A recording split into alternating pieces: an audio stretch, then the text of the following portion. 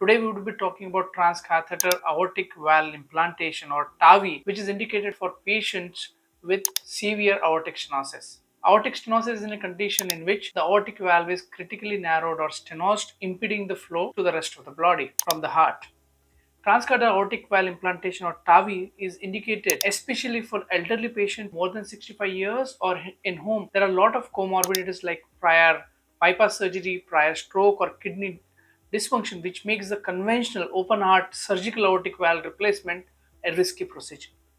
In transcatheter aortic valve implantation, after you have assessed the valve and a CT scan has been done to assess the suitability of the procedure is carried out. The duration of the procedure is around 1 and 1.5 hours.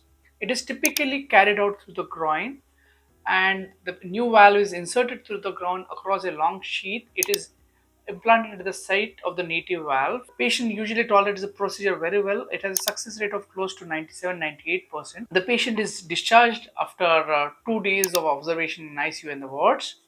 Thank you.